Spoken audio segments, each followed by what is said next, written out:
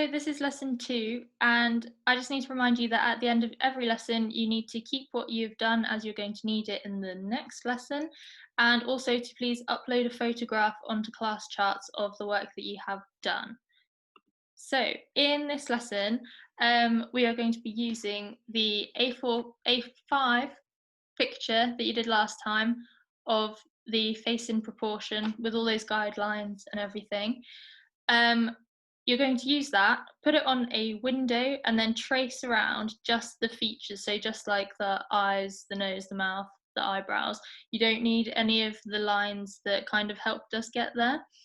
Then you're going to take it off the window and you're going to refine the picture. So you're going to make it look a lot more like the person that you actually want it to look like. So today you will need your work from last time, which is that A5 piece of paper with the face in proportion, that one.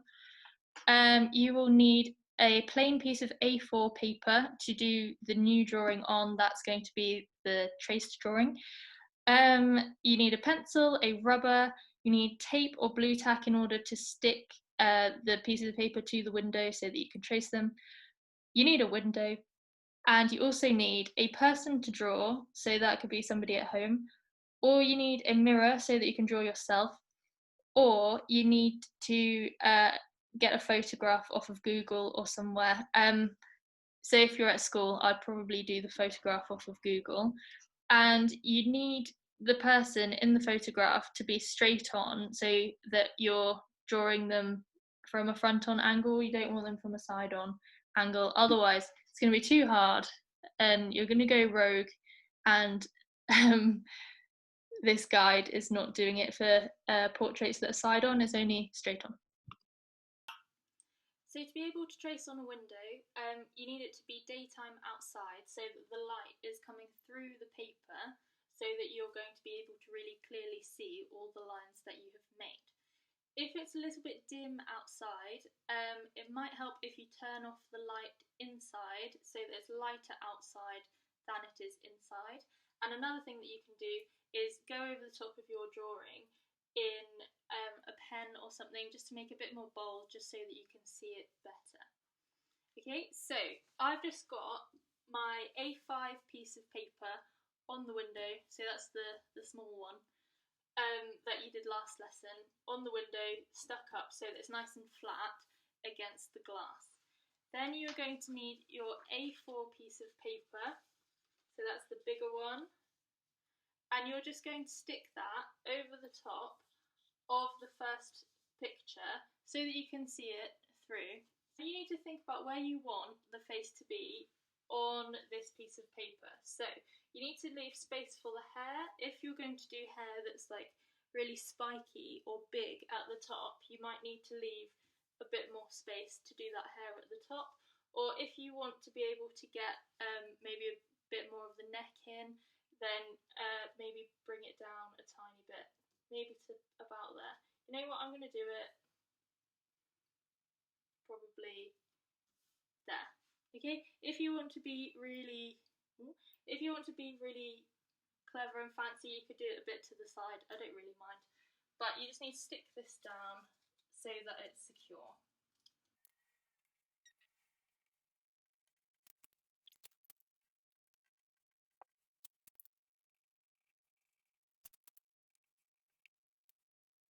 Okay, so now that that's up and you've got the A4 piece of paper positioned correctly so that you're happy with it, you then need to get your pencil, and you are going to only trace the actual features. So you're only going to trace the eyes, the nose, the mouth, the shape of the head, the ears and the eyebrows.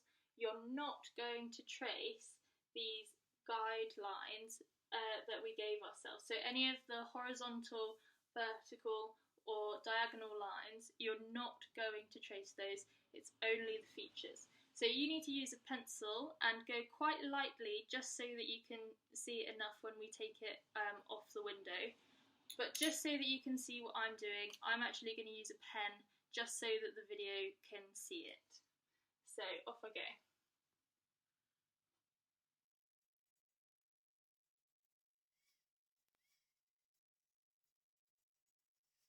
So when that's all drawn out, and you've gone really, really lightly with your pencil in order to get these shapes, you can now take the top layer off of the window, being really careful not to rip the piece of paper.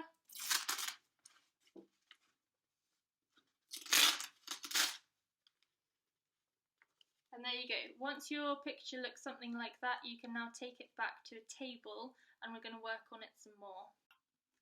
So you've now got the basic outline of the face that you're going to draw, but at this stage all of your drawings will look exactly the same and it doesn't really look like the person that you're trying to draw. So now at this stage we are just doing a line drawing, so this is just outlines, no shading. And we are going to try and make this picture look like who it's meant to be. So you need to look in the mirror at yourself, or you can find a picture from the internet, or you can draw somebody who's in your house or who is across the room from you if you're at school. With every part of this face, you're going to need to adapt what you already have. So that means using a rubber, you need to start with one feature that you want to start with. So I'm going to do the eye, and I'm just going to lightly rub out what we have there, just so that I can still see it, because this eye that I'm rubbing out is the right size proportionately on the face. So that is telling me exactly what size the detailed eye is that I'm going to draw over the top. So looking at my picture, my eye is actually a slightly different shape. So because the person is kind of smiling, the inside corner of their eye actually goes up a bit like this, and then I can see that actually the crease is about there instead. So I've got a crease going on there to about there. The eye actually then dips a little bit round here, and there is another crease here. Okay, so I'm just looking really, really carefully at my picture or at the person that I'm drawing, and I'm really, really carefully trying to go to the exact shape that their eye is. Okay, so this one for me, that is a slightly more realistic shape to the picture that I have got. Okay, so I'm going to give you a tip right now. If you have a look at the circular bit of the eye, so the iris, in most of you and in most pictures you have, you will not see the full circle. So the circle is not going to look like that, where it fits completely into the eye. In fact, with this one, the iris on my picture, you can see the full bottom of the circle, which is sometimes unusual, so you might not see that in your picture. But you cannot see, if I move it a little bit, so you cannot see the full top part of the iris in the eye, okay, because they are looking over somewhere else. And then you can put in the pupil as well. In fact, that's not actually in the middle. There we go. You might also have a reflection on the eye, possibly, so you could draw in the reflection if they have one. I don't know, something like that. And then we're not going to shade it until next lesson. All will be revealed. But when we do, that's going to make it look a lot more realistic if there's bits for reflection. Okay, another tip for you is to do with eyelashes. Now, if you look really closely, you'll notice that your eyelashes do not start right against the eyeball. There's actually a tiny bit of gap for the skin, and then they start.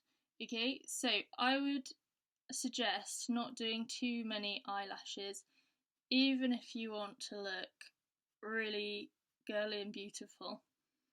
But just do a few, just so that we kind of have a hint of them.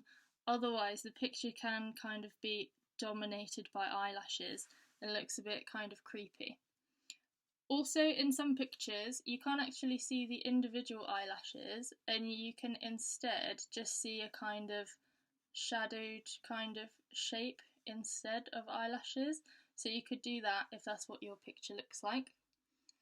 Another thing is that the eyelashes towards the outer side of the face are going to look longer because of the curvature of your eye. So the ones that are facing straight ahead, so that you're seeing straight on, you're actually only seeing a small part of those eyelashes, whereas when you go around to the side, you're actually seeing more of the length of the eyelash. I'm also going to put a bit of a shadow in there. I know I said this was just a line drawing, but it's like all of the eyelashes have kind of clumped together. Okay, and then I'm trying to follow the curve of each lash that I can see in the picture. In fact, that one's a little bit too high, I think. But yeah, if you keep going with that, you will have a very accurate looking eye. Okay, definitely do not go too over the top with the eyelashes, and think about the creases that you can see as well. So we've got the eye. Next, I'm going to move on to the eyebrow. So this gives us the overall kind of shape of the eyebrow, but we are going to rub that out again and just use it as a kind of a guide. So looking at my picture, I can see that the eyelashes on this side are actually quite sparse, which means there's not that many of them. There's quite big gaps in between each hair in the eyebrow. They're going upwards, and then when they get to about here, they start changing direction and moving around a bit. I would suggest trying to get in the shape and direction of the eyebrows first, and then we can fill it in more with more individual hairs as we move on. So looking at my picture all the time to make sure this is correct. Cool. And then when it gets to the end, it kind of thins out a little bit. Okay, so now for the darkest bit. So this bit up here in my picture is not that full of hair, whereas when it gets more to this area, it gets a bit darker and thicker. So I'm going to go over that with a few more hairs, and then it gets to this side and it kind of fans out a bit. So I'm going to show you that up a bit closer just so you can see what I've done. Cool.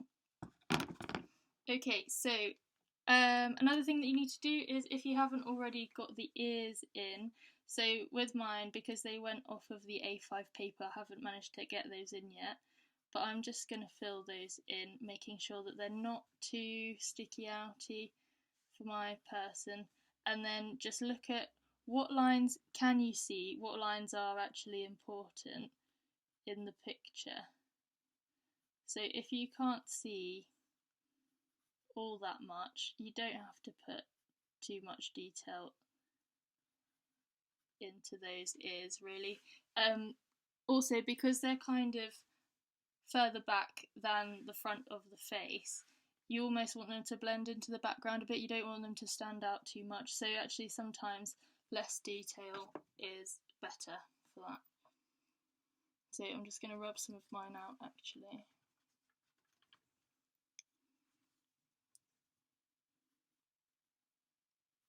There we go. Okay, so I'm now going to move on to the nose. And again, obviously rubbing it out.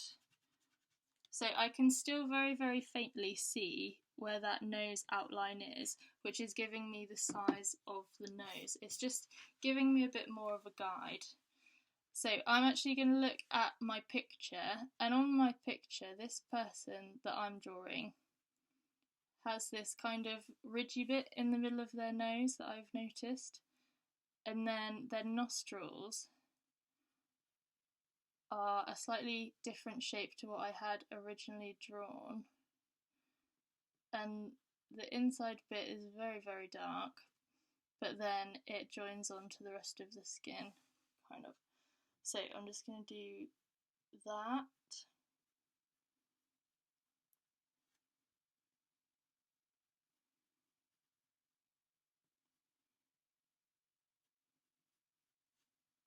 Okay, so that for now is enough detail. If you can see a kind of like perhaps almost like button end of the nose, you could draw in a little kind of bit like that if you wanted to, just to kind of show where that part of the nose is. Perhaps they've got something else on that part of their nose, I don't know. And then obviously the other side as well.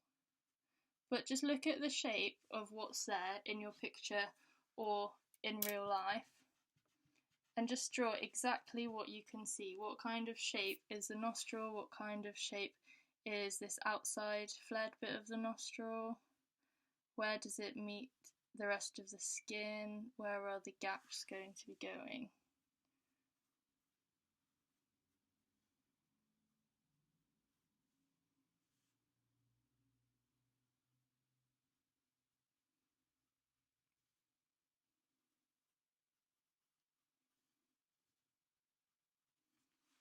So this is the nostril that I have drawn.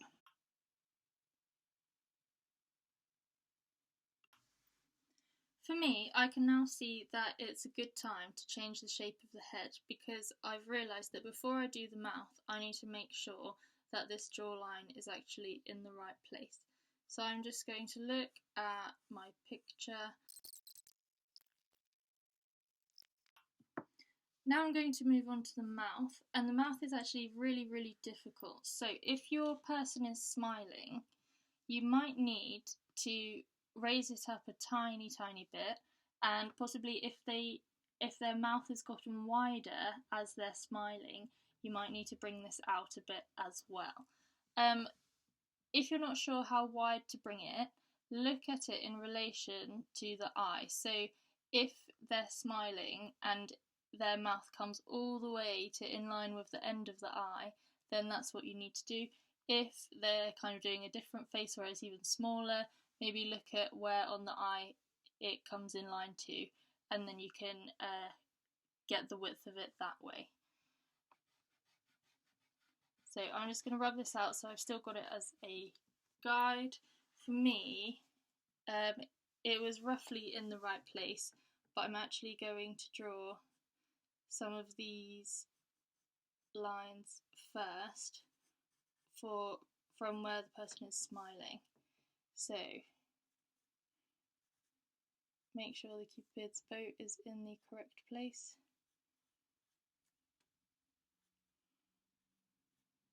I'm looking at the picture to see that I've got it in the right place. The line in the middle of the mouth that is the line where the two lips meet, that might also be a slightly different shape as well.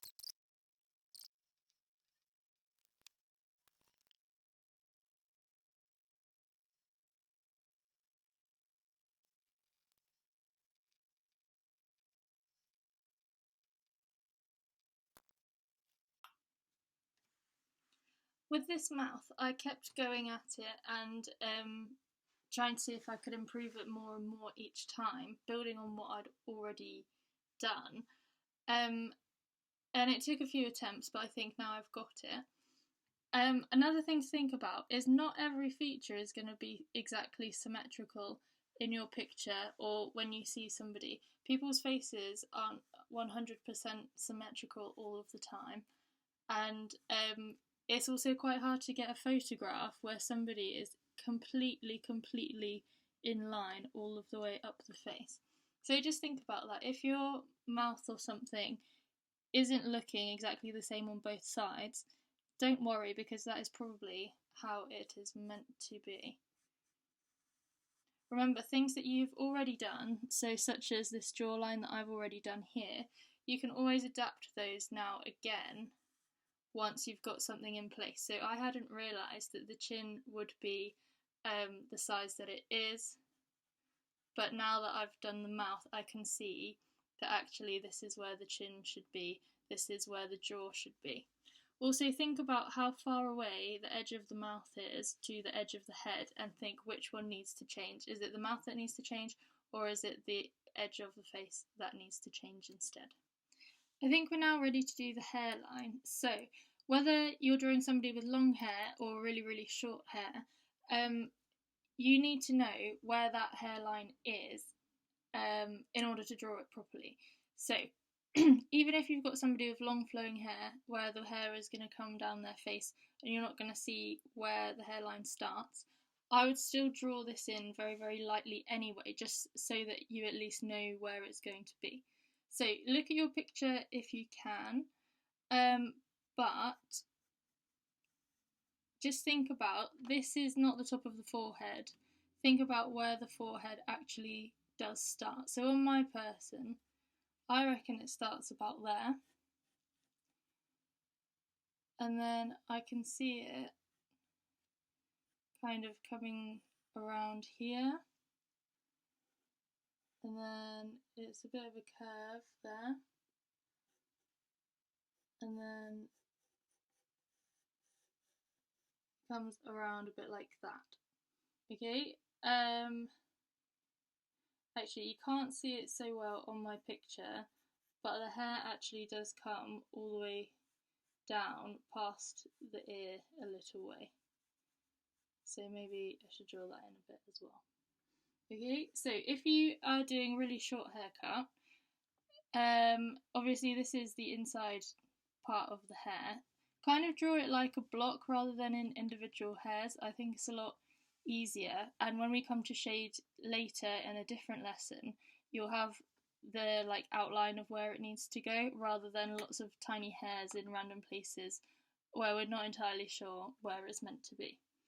Okay, so most people don't have their hair flat to their head, so you can now draw hair that you want to come that's not completely on their head.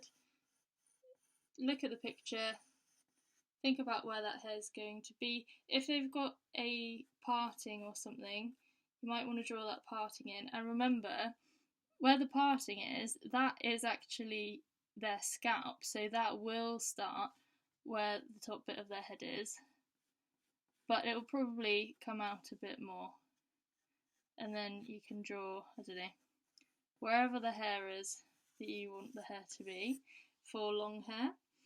If you are drawing somebody with short hair, obviously it's going to be slightly different for every haircut, but I would draw it as more of a block, just really lightly, kind of like that, so that when you come to doing the shading in later lessons, you'll know where it's going to be. And then if I rub out this bit of the head, because obviously that is now going to be behind the hair, you will see that everything should be in the right place. Okay, so imagine a really short haircut is going to look something like that, and a really long haircut is going to look something like that. So the final thing that you're going to need on your picture is where the neck is. So on my picture, I can see that this side of the neck starts in line between these two things. So it's between the eye and between there, about in the middle. Just draw straight down, and that's where I think that part of the neck starts. On this side, it's actually slightly different. It's actually slightly more in line with that bit of the eye. So actually I'm going to draw there. I just wanted to show you what this looked like at a non-weird angle.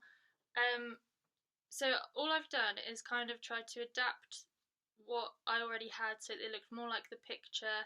I've rubbed some of the bits out and made the hair a little bit smaller, and then I've also put in a few kind of lines just to show me the direction that the hair is going, just to help me later on, just to kind of give a hint of the hair without literally having to draw every single strand.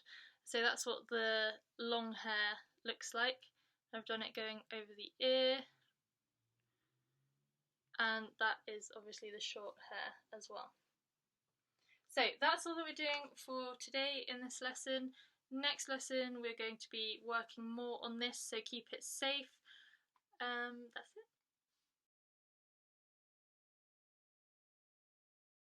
Now that you've learnt about the proportions of the face, so that is the guide that we used in the first lesson, you can then use that guide with all of these lines on it and all of the measurements in order to draw any of your portraits in future.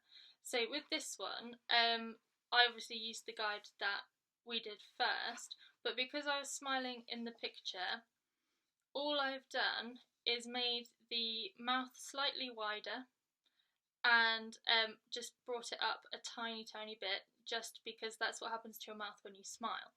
So as you can see in this picture here, that guide lines up exactly, and that is what I used in order to draw the more refined picture and make sure that everything was in the right place.